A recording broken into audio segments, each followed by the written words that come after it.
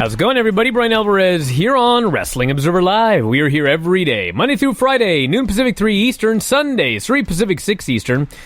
We got a lot of news to get into on the show today. Money in the Bank, of course, is on Sunday, and we've got all the news out of All Elite Wrestling and WWE with a new television home in the UK. But believe it or not, I am opening up today with shocking news that WWE actually booked something that made sense. I just want to get this out of the way first. So if you remember, on Monday, they were going to do a four-way match with four of the women, the four Raw women, in the Money in the Bank ladder match. And Alexa Bliss allegedly didn't have her gear. And so she ran into Nikki Cross backstage, and she told her all of her woes, and Nikki said, well, I can talk to the McMahons. I'm sure they can find a suitable replacement, or you can talk to the McMahons. And Alexa Bliss said, you mean you'll take my spot in this match? And so she ran off, and turns out Nikki Cross took her spot in the match, and then Nikki Cross won the match. And on Monday night, we were baffled. The one woman not in Money in the Bank won that match. What in the world is going on here? This is ridiculous. Well, amazingly, it wasn't ridiculous. Alexa Bliss was injured, and they weren't sure if she was going to be cleared in time for Money in the Bank. And so they made the decision they were going to put Nikki Cross in the match. Nikki Cross was going to win, and therefore, if Alexa couldn't get cleared, Nikki Cross could take her spot. And in fact, that is exactly what is happening. WWE.com announced Alexa Bliss not medically cleared to compete at WWE Money in the Bank this Sunday, has been removed from the Women's Money in the Bank ladder match. A suitable replacement for Alexa will be announced, and they then later announced Nikki Cross would be the replacement, which of course makes sense since Nikki Cross actually won that match on Monday. So there you go. Alexa injured yet again. They claim this one is not serious, but because it's a ladder match, they don't want to take any chances with Alexa Bliss. So that's the story there. We got tons to get into after the break, so stick around. Wrestling Observer Live. Back on the show, Bryan Alvarez here, Wrestling Observer Live. Mike Sempervive, also of WrestlingObserver.com. We got a lot of news to get into here today. Dave Meltzer is going to be joining us in the second segment of the show, and hopefully you'll have more information on this. Wrestling star Ric Flair underwent an undisclosed surgery Thursday in Atlanta, Georgia, but according to his son-in-law, his medical situation is not as serious as some media outlets are making it out to be. News broke from TMZ that the 70-year-old was rushed to a hospital following a medical emergency, saying it was a very serious situation.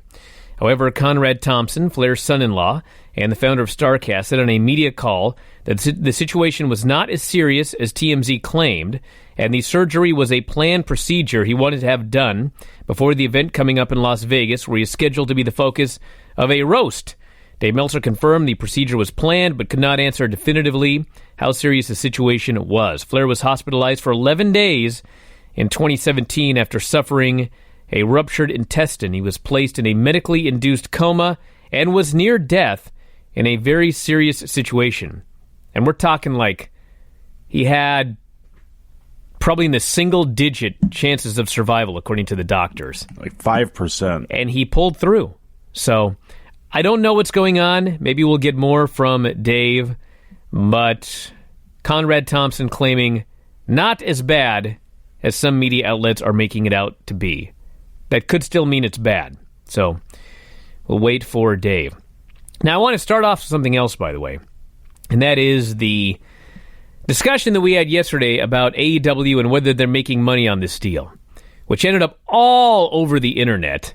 And I don't know, construed, misconstrued, I don't even know. Here's the story, everybody. In April, there was a story in the Wrap. I believe it was a story in the Wrap. I've actually got an exact quote right here, okay? Tom Maglio of the Wrap, I believe to 411 Wrestling, and this may have been in an article as well, because this went all over the internet. He said, my understanding, based on the people that I've spoken to, is that it would be more AEW paying for its time on TNT than Turner paying AEW for its show. So he said that, and then for days, all over the internet, everybody was talking about how AEW was paying to be on TNT. They were paying to be on AT&T, or TNT or whatever. And that was not and was never the case. That's what I thought that you were talking about yesterday when you said they were making no money on this deal. Now, the reality is they are making money on this deal. Now, we don't know how much money they're making on the deal, but if you want to try and do some math, I mean, you could probably figure out a ballpark number if you wanted to. They are getting their production paid for every week. Now, I don't know how much that is, okay? WWE, if I recall correctly, Raw, I seem to think, is in the range of $750,000 a week for their production. It's somewhere between $500,000 and $1 million. And I'm sure it's gone up and down over the years. I know some of you are very, very upset about the fact that there's no pyro. It really bothers people. Pyro is very, very expensive. So they may have been close to $1 million in the past, and now maybe they're closer to $750,000. I'm sure at times they've been around $500,000. But whatever that number is, I would guess that AEW is being paid on the low end of that for production. I don't think they're getting paid $1 million a week for production. They could be being paid $500,000 a week. They could be being paid $750,000 a week for the production of the show. So if you want to add that up, it's between whatever. Someone do the math. $500,000 a week. It's right around that. If it's $25 million, if the numbers bandied around are $20 to $30 million to cover production, then that's about $500,000 an episode. So let's say $30 million they're getting paid to do production for the show. On top of that, they're getting a split of the advertising revenue. Now, we also don't know what that is, but you could probably find out how much SmackDown, if someone wants to try and find out this for me, if it's in the WWE earnings report, whatever SmackDown is making on ad revenue, and I guess actually probably USA takes all the ad revenue. I can't remember how their deal works out, but if you can figure out the ad revenue for a year of SmackDown, I mean, they're getting probably, I mean, you would think 50-50, but Dave last night on the show said it was a very complicated formula that even he didn't understand. So I don't know what that is, but they're going to be getting somewhere around that, and it is, that part is a guarantee. So basically, it's not, well, they can't sell any ads, so they make $0 this year. I mean, they are guaranteed X amount of money, and I believe it is in the 7 to 8 figures. Not high. It's not going to be like $90 million, but they are going to be making X amount of money per year. So at the end of the day, the point of this is they are being paid for this deal, okay? They're not making $2.3 billion like WWE. It's not traditional rights fees. But they absolutely are not paying to be on TNT, as was reported in April. So that's the story. Can you answer at what point that I blew up anything about them making money at all and just pointed out the fact that there was no traditional rights fee? Because there's no traditional rights fee. I was going to cite John McMullins and some other people that had mentioned it, that there was no rights fee. And in fact, they never said anything about a rights fee. That's the only there's thing no I was rights pointing fee. out yesterday. That is correct. That is correct. But I've gotten texts every single day from people talking about what a failure it is because AEW is paying for television, and I thought that you were under the impression that they were paying for television, which they are not. Appreciate the knee-jerk reaction there on my commentary, boss. Dude, come on. I hear these idiots every day, Mike. You never know what people believe. Thanks. I'm glad I've been looked at as one of those idiots. You're not one of those idiots, Mike. Jackass. Get out of here. Hey, but I will get on you for one thing. What? WWE, Raw never beat the NBA in the 90s, or the NFL, ever. They beat one preseason game once. I never said that. They always talk about how the NFL was going running or something like that. No, but see, what they did do, I think what WWE did do at that time was they almost forgot about the fact, because they were so tied up in what was going on in their own mania at that time, and the fact that they had WCW pushing them at the time, they didn't focus on the NFL. And in fact, that ended up being the best thing. Now, granted, it was all those stars too, but they were concentrating on what they were doing. Where they obviously have turned around and lost the plot is when you look at the NFL and study it and figure out ways to counter program them, which they did to such a degree. It's been more than a few years ago now where they actually had John Cena out there having him kill time to draw until they made it to halftime. That's what I say is when they're at their best and their tunnel vision on what they're doing, that's when they're really at their best. That's when at one time they were at their best. I'd like to add, by the way, one other thing today, and that is I may have breaking news here on this show today. What? I've been looking around on the internet, and I don't see this story anywhere else. Uh-oh. So before this show ends, God. And actually, it's actually pretty big news. But I may have breaking news before this show ends, unless someone else gets it first. But I'm double checking because I'm a reporter here. But I'm 99% sure. I am 99% sure that this story is true. Let's go to the phones. You're on the air. What's up? Hey, Brian. Hey, Mike. It's Edward from California. Not to have fuel to the fire, but I kind of had a question about AEW as well. I wanted your opinions on something. So before and after, AEW's TV deal is announced, a lot of fans have been theorizing over and over, like, what the rating will be on TV, PG, TV-14.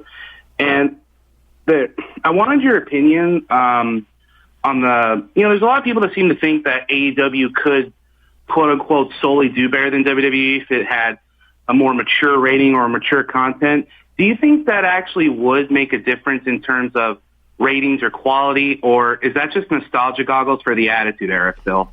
You're talking about WWE or AEW? AEW, if they had a TV-14 rating. I mean, here's the deal. I've talked about PG and TV-14 a million times.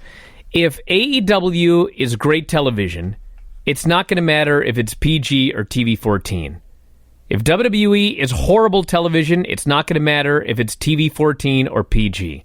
It's not going to matter at all. I've seen plenty of TV-14 shows for WWE, and they sucked. And I've seen PG shows for WWE that were great. And I've seen PG shows for WWE that completely suck, like the ones nowadays. And I've seen PG shows for WWE that were very good. It's not the rating. It's the stories that they tell, which right now are not good. And we'll see how AEW's are. Back in a moment with Dave. Watch him scoop me. Observer Live. Back on the show, Bryan Alvarez here, Wrestling Observer Live. Mike Sempervive, also of WrestlingObserver.com. Dave Meltzer is joining us here today. Dave, what's going on? Gosh, I don't know. It doesn't seem like anything's going on. Oh, yeah? This week. Have you got a message back yet? As far as what? Well, we were just talking about off the air. No, I haven't yet. No. Okay, all right. Dave and I are both on the. We're both trying to get the scoop right here. So but you first. Well, we'll find out. I sent some stuff out, and Dave sent some stuff out. So we'll see if we can get confirmation here on the air. All right. What do we got in the Observer this week, Dave? I hear there's no news. Yeah, there's no news. Just everything about the AEW television deal and other negotiations and Big Silver King bio and Lars Sullivan story and trying to think what else. WWE, tons of backstage stuff. Yeah, just lots and lots of stuff. All right, the big two things we got to talk about. First off, what do we know about what's going on with Ric Flair?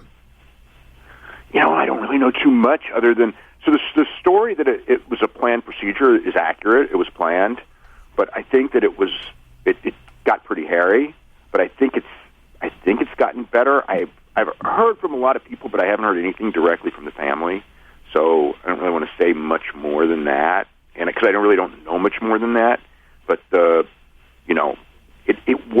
was definitely a planned procedure that was scheduled, but it's a little bit more than that. It's not as innocuous as perhaps that sounds. Well, 70 years old and lived a very, very, very hard, full life, and it's tough getting procedures at that age. Yeah, he had something not too long ago, too, because remember, was it, I think it was Charles Barkley or something on ESPN, kind of mentioned, best wishes to him, and that wasn't that long ago. So, Dave, well, actually, hold on, Dave. I know this might be a little bit tough to answer, but I mean, he was down to almost it was a 5% chance of survival that last time around. Yeah, it was really hairy. Whatever it was, about a year and a half ago, I guess. To what point did he? I don't want to say he can't come back to 100%. He's 70 years old and everything, but do you know to what kind of point he came back to? I mean, how healthy has he been? Has he been in good shape for a 70-year-old, or has he been completely healthy? I really don't know. I haven't seen him in a while. I'm in contact with him from time to time, but I know he was chomping at the bit to get back to the gym. But that's months ago. He was training, at least some. For a 70-year-old guy, he loves to train. So for a 70-year-old guy, and he was very strong for his age, but I don't know how much this took out of him. I mean, I would doubt that he's lifting the kind of weights he was lifting before. He had those issues. But I really don't know because I haven't discussed training with him, and I can't even remember how long. So obviously the death of Silver King, big story in the issue. I haven't read it yet. So for those that have not had a chance to look at it yet, do we have anything new? How does a 51-year-old guy die in the middle of the ring? It's happened before. He had a heart attack is what happened in the middle of a match. And, he may have probably did have some, issues going in, although he was licensed last in Mexico in February, so he had to pass their testing, and there's, maybe the testing should be more stringent, but it's more testing than they would have in the United States, where they wouldn't have hardly any, as far as commission-related testing. I mean, obviously WWE would have internal testing, but, there's no licensing testing in most states now. I think a few still have them. So, do we know anything about the testing in Mexico? Because, I mean, there's so many guys that, Porky was in the ring. Yeah, Porky wrestled. Like, how in the world does he pass scary, a physical? Wasn't it? Looking at him. Yeah, how does he pass a physical? And then, obviously, I can't even tell you how many times, Mr. Nieblus just doesn't show up, or Shocker, or whoever. It's like... Yeah, I know. Well, they don't show up because they're in no condition to work. But, well, sure, but they still... You'd think doing that over a course of decades, their physical can't, show them as the picture of health. Guys for all the years, because they're not young guys, yeah. Yeah, look, the same thing with other... do you really believe that every wrestler has no heart issues, around the country? You know what I mean? It's kind of hard to believe, especially with the lifestyle that a lot of these guys led. So, Juventud Guerrera had made some sort of comment about how he had what did he say? He posted on Instagram and he said something pre-existing thing. He had a condition going in or something like that, but he didn't specify. Pre-existing thing, yeah, and I think there's something to that. Yeah, we just don't have any details right now. He found out later. I think if it's out, I think people found out later. I don't think anyone knew going in. Maybe he knew, but now has anyone spoken to him that you're aware of about? What was everyone thinking in the ring? Why did this continue? Why did we do a pinfall? Why did the referee just stand there? I don't know, but I think everyone knows that they screwed up on that. I know that Black Terry, who's the referee, is just feeling horrible because, he's getting destroyed, but, you watch it and, he should have gotten destroyed. It should have just been stopped. Yeah, so I wonder, what was he thinking? I wish we could know, what was he thinking? I don't know. They didn't react. That's the reality, is they all continued the match. I think the match went 90 more seconds after he was collapsed, and it was 10 minutes before he got real medical attention. That's that shouldn't happen. All right, so WWE announced today they've got a new television deal in the UK. BT WWE has Sports. Not announced anything, but the Telegraph announced. The Telegraph scooped the story. As far as I can tell, that story's accurate, but I've asked WWE, and they have not confirmed that. But yeah, moving from Sky Sports to BT Sports, which is, that's a downward move. The ratings on BT were had really collapsed. On Sky, I should say, had really collapsed, and so I guess Sky wasn't that apt to renew them. It's definitely a step down, and it's also a time where AEW's getting a step up. So for that market, after all that work WWE did to screw with a world of sport, they're now in a situation where you don't know, because again, wrestling on ITV didn't work the first time. That doesn't mean it will work the second time. Doesn't mean it won't. But it looks like they did all that stuff. Signed all that talent and everything like that, created their own franchise because of World of Sport, and now it looks like they've got an even tougher problem, or tougher competition anyway. You're telling me ratings mattered here in 2019 for WWE? Is that what you're telling me? Shocking. Yeah. Wait a second. What about all those people watching on YouTube? Yeah, I guess they're doing that in the UK too. Well, with BT Sport, I mean, they have UFC on there, right? I mean, is there a silver lining here in that they are smaller and hungrier and trying to survive? So maybe because of promotional and things like that this could somehow become a benefit in some way to WWE? I guess that's the hope. Because what else do they have? I mean, honestly, what else can they hang their hat on with this? Really anything? BT? Yeah. I mean, BT's got, major soccer games, which is a lot bigger than UFC and WWE. So as far as the Alexa Bliss situation, she's been pulled from Money in the Bank, and she has an injury. They're, I guess, claiming it's not a serious injury, but it's a ladder match, and so they don't want to take any risks. Is that what's going on here? That's what I was told was a precautionary thing. I mean, she hasn't been wrestling in a while, though. I think that they were, the thing that they did Monday with Nikki Cross winning that match was like the backup plan in case she couldn't go, that they would put Nikki Cross in the spot and Nikki Cross. I know. I was flabbergasted. They actually did something logical. Yeah, because they knew it was a possibility, and they were waiting until as late as they could to pull her or not pull her, because you could tell she hadn't worked the whole UK tour. She hasn't been wrestling much in months. She's had some matches. Well, it's weird because she got the major injury, and then she did nothing and hosted Mania. And then she showed up and squashed Bayley on Raw the next night. Then she vanished again. And then she did the match with the shoes, and then she vanished again.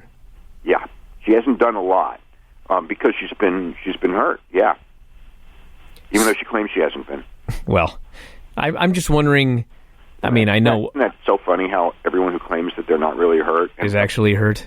It ends up actually these things happen. It's almost like a karma. The whole idea that she would even be in the Money in the Bank ladder match coming off all of these injuries. I mean, they do this a lot with people. They come off injuries and they end up in a ladder match. And it's kind of like, there's no other person you could put in that match. Their mentality is generally either you're cleared or you're not. And if you're cleared, you're cleared. And then they don't worry about it. I thought that, remember, there have been other times. Remember, when guys come back from concussions and they put them in a Money in the Bank match, and I just go why put them in a Money in the Bank match? It's so dangerous. But that's the mentality. But I think in this case, part of it is because it was a Money in the Bank match. If she was in a regular match, I don't know that they would have cleared her. But the impression that I was given was that it would have been a better chance, and that they might as well, just put, And again, it's a way to get Nikki Cross up and running. Hey, one question here before you go. This person says, I thought Buddy Murphy was going to SmackDown. Did something happen, or did Vince just forget about him? That's right. They announced him. He's never been there. He did some matches, but he's disappeared again. Yeah. Well, the thing with SmackDown now, because it's a 2-hour show and they use so many people from Raw, is that there's a lot of guys on SmackDown that we're not going to be seeing much, and Buddy Murphy's probably on that list. Chad Gable's another one where it's just whatever happened to him? Right, Chad Gable. Yeah. Somebody should change their name to Main Event. What? Somebody should change their nickname to Main Event because they're going to be on there a lot. Well, they don't even have a show like that for the SmackDown guys. It's only for the Raw guys. The Tuesday, it's the 205 Live is the third hour. All right. Well, Dave, I want to thank you so much for doing the show here today. The New Observer is up on the front page right now if you want to check that out. And we'll be right back in a moment with more Wrestling Observer Live. You're clear. Back on the show, Bryan Alvarez here, Wrestling Observer Live. Mike Sempervive, also of WrestlingObserver.com. I have gotten some news during the break that my big breaking news may not be broken today. Oh. The deal is not signed, but the deal is being put together as we speak. Can you tease it as a blind item? No. No. Come on. I'll think about it.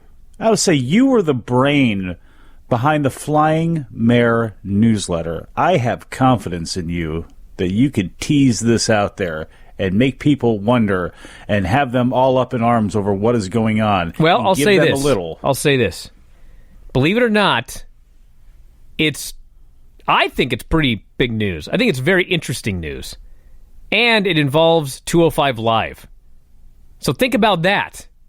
What could possibly involve 205 Live that would actually be pretty big news? So there you go. That's your tease.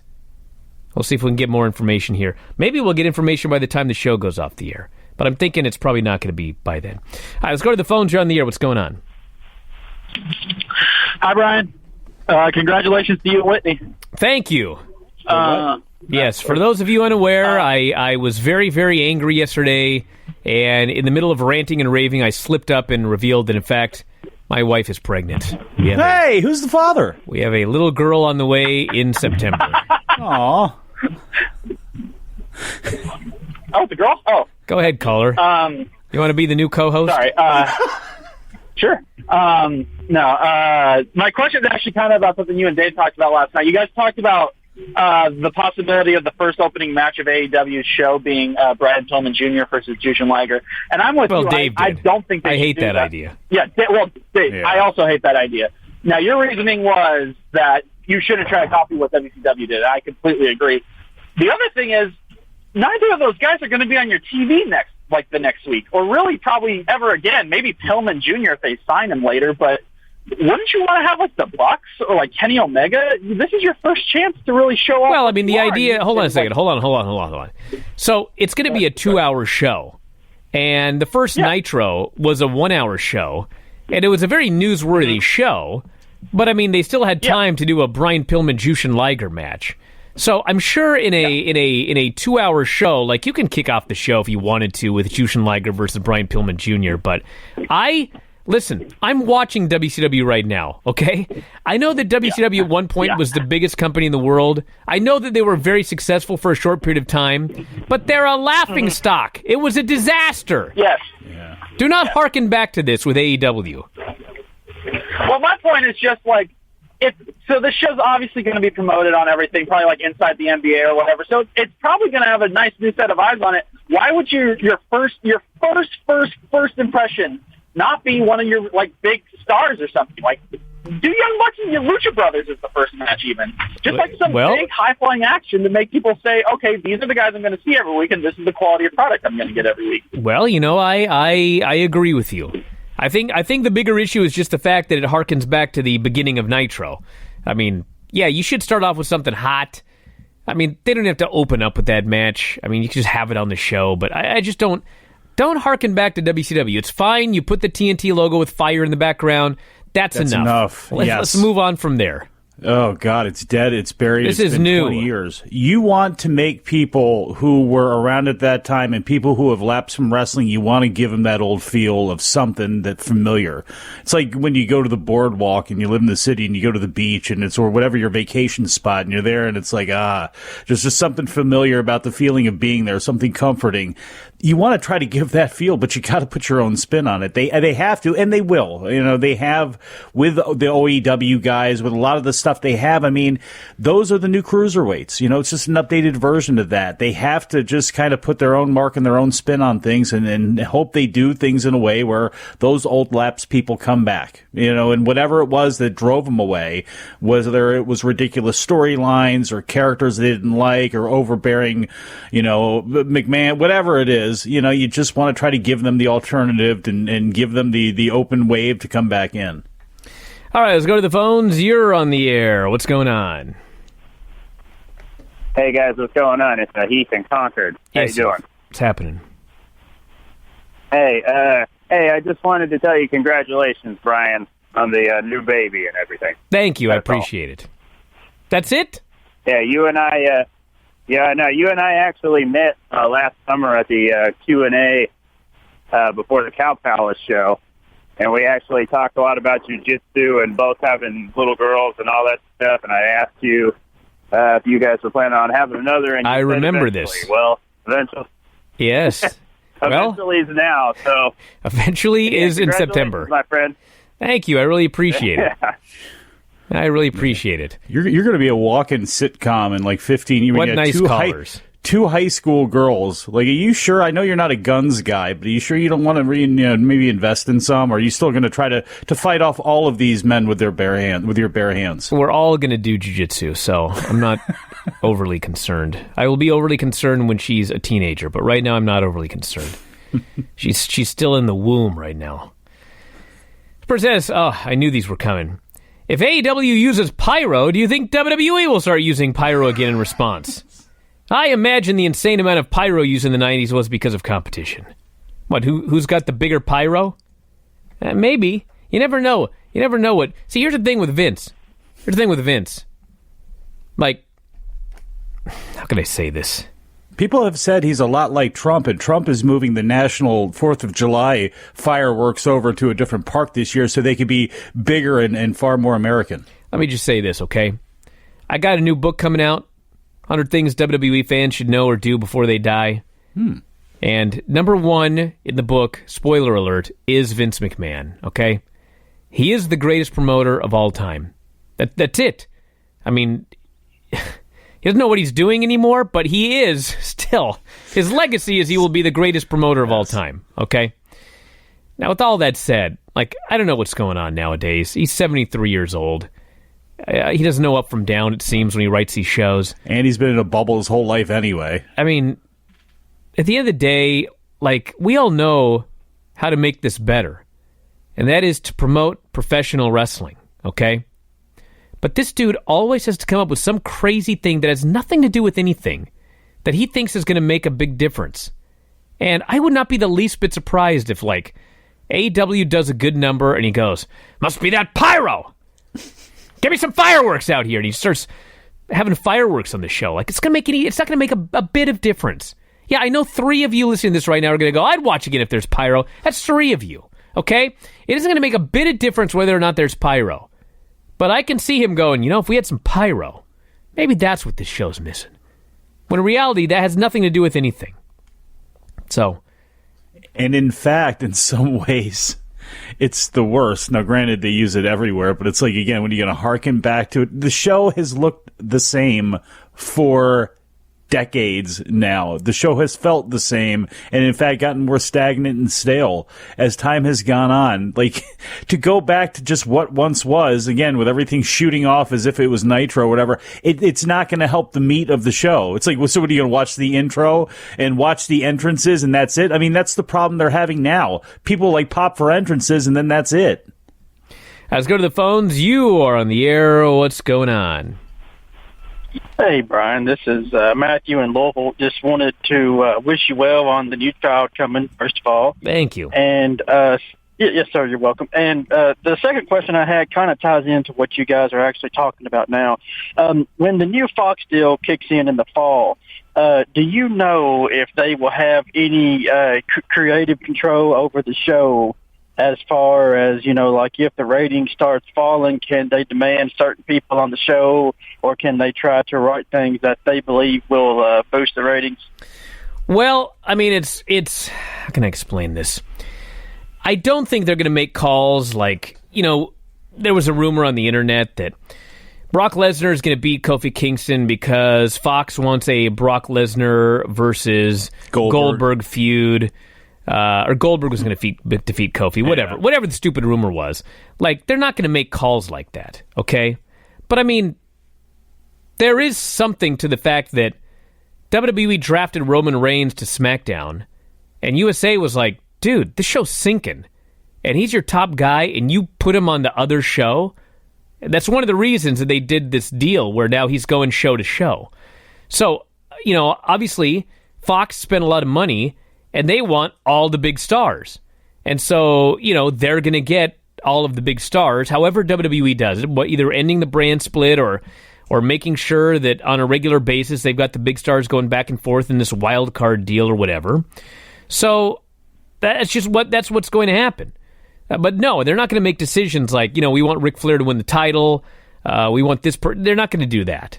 They're just going to make demands like, can we have some stars here? Or, well, that's it. Quit upsetting our sponsors. They're a massive network, and they have a lot of money, and they are investing in you. So you leave the door open if they want to talk to you about some things. But yeah, I mean, as far as the nuts and bolts of the show, no. And if somebody does do that, I mean, it's going to be a short conversation. That's not what this is about.